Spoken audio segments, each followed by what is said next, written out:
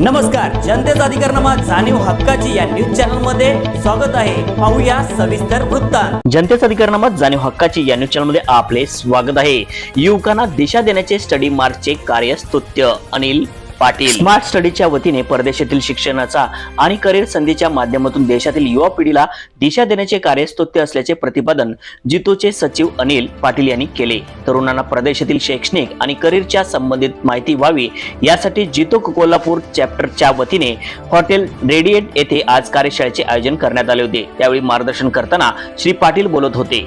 जितो कोल्हापूरचे सचिव सेक्रेटरी अनिल पाटील, स्टडी मार्चचे चेतन जैन, सीताराम कोरडे आणि करण कोरडे यांच्या हस्ते दीप प्रज्वलन करण्यात आले। कार्यशाळेत मार्गदर्शन करताना चेतन जैन यांनी परदेशातील शिक्षणासाठी संबंधित देश, विद्यापीठ आणि अभ्यासक्रमाची निवड करताना काय काळजी घ्यावी याबद्दल सविस्तर माहिती दिली। ते म्हणाले, परदेशातील विद्यापीठामध्ये पदवी आणि पदव्युत्तर शिक्षण घेणाऱ्या तरुणांना देशासह जगाच्या पाठीवर असंख्य रोजगार संधी उपलब्ध होतात। पायाभूत सुविधा, काल सुसंगत आणि उद्योग व्यवसायाची गरज ओळखून तयार केला जाणारा अभ्यासक्रम, बदलत्या काळानुसार अभ्यासक्रम केले जाणारे बदल, विद्यापीठाचे जागतिक क्रमवारील स्थान याचा विचार केला तर परदेशात शिक्षण संस्था आणि विद्यापीठ सरस ठरतात। परदेशात संशोधनावर दिला जाणारा भर विद्यार्थ्यांना करिअर संधी उपलब्ध करून देण्यात उपयुक्त ठरतो। परदेशात शिक्षण महाग आहे, परदेशातील शिक्षणासाठी स्कॉलरशिप मिळत नाही, तेथील विद्यापीठामध्ये प्रवेश घेण्याची प्रक्रिया अवघड आहे, हे भारतीय विद्यार्थी आणि पालकांमध्ये समज चुकीचा आहे। स्टडी मार्चच्या सिल्व्हिया परदेशातील शिक्षण आणि नोकरीसाठी आवश्यक असलेल्या IELTS परीक्षेचे स्वरूप कसे असते आणि त्याची पूर्वतयारी कशी करायला हवी याबद्दल माहिती दिली। यावेळी विद्यार्थी आणि पालकांनी उपस्थित केलेल्या प्रश्नांना चेतन जैन यांनी समाधानकारक उत्तर दिले। कार्यशाळेत सहभागी विद्यार्थी आणि पालकांना तज्ञ समुपदेशकांकडून परदेशातील शिक्षण आणि करिअर संधी याबद्दल व्यक्तिगत पातळीवरही माहिती देण्यात आली। सीताराम कोरडे यांनी मार्गदर्शन केले।